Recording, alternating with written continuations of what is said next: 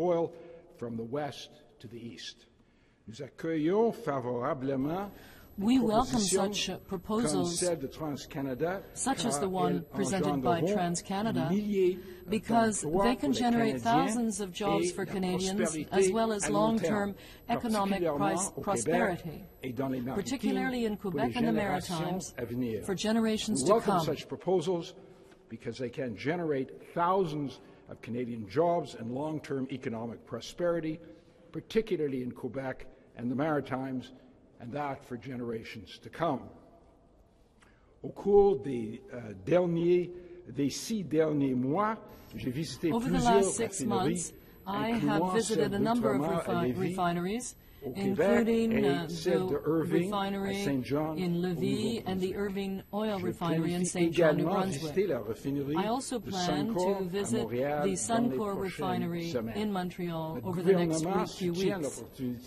Our government supports the opportunity for our refineries to process substantially more Canadian oil, thereby generating Canadian jobs and making our country less reliant on more expensive foreign oil. Over the past 6 months, I visited refineries, including the Ultramar Refinery in Lévis, Quebec, and the Irving Refinery in St. John, New Brunswick, and I plan to visit the Suncor Refinery in Montreal in a few weeks. Our government supports the opportunity for our refineries to process substantially more Canadian oil, generating Canadian jobs and making our country less reliant on more expensive foreign oil. This proposal would address another serious problem. Because of a lack of pipeline capacity, Canadian oil is selling at a considerable discount to the international price. Indeed, some $50 million every day is lost to the Canadian economy. That means billions of dollars less every year to governments to fund critical social programs like health care and education. Furthermore, 99% of Canada's crude oil and 100% of our natural gas exports go to the U.S., Yet the U.S. has discovered massive reserves of shale gas and tight oil, so that its demand will decline significantly.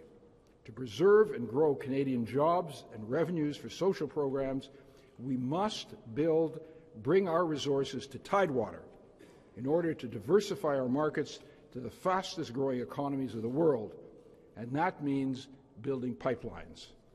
Global energy demand is expected to increase by over 36% from 2010 to 2035, and Canada is well positioned to support that demand. But without the infrastructure to move the product to market, our oil will be stranded and our legacy lost. Canadians want to see the positive benefits that transporting Canadian oil from west to east would bring across our country, and that is what we are aggressively working to deliver. Our government is keeping taxes low and strengthening Canadian relationships with growing energy markets abroad. For example, India is now the third largest consumer of energy in the world, and when I was there in October, the Minister of Power confirmed that the demand for energy is already greater than the country can supply and that the gap will continue to grow. So India is looking to Canada's east coast, which is closer to India than anywhere in North America. We are also facilitating more effective environmental reviews by imposing timelines and moving to a one-project, one-review approach. And we are delivering new environmental protections, and these include doubling the number of annual pipeline audits, increasing pipeline inspections by 50%, and introducing new fines that ensure polluters pay, and that work continues. Meanwhile, while Mr. Mulcair has jumped on the bandwagon of a west-east pipeline, he effectively undermines the prospects of making it a reality. Mr. Mulcair has told reporters that he would impose a crippling $34 billion tax hike on Canadian job creators. This would be on top of a proposed $21 billion carbon tax. He vehemently opposes our measures intended to make the pipeline review process faster and more efficient. And he advances the discredited theory that our resource development has created a Dutch disease. Mr. Mulcair told reporters he would impose a crippling $34 billion tax hike on Canadian job creators. This on top of a proposed $21 billion carbon tax. He vehemently opposes our measures to make the pipeline review process faster and more efficient, and he advances the discredited theory that our resource development has created a Dutch disease. Our government approach is very different. Today's news is an encouraging step forward, subject to economic considerations and an objective, science-based regulatory review to make sure it is safe for the environment and safe for Canadians.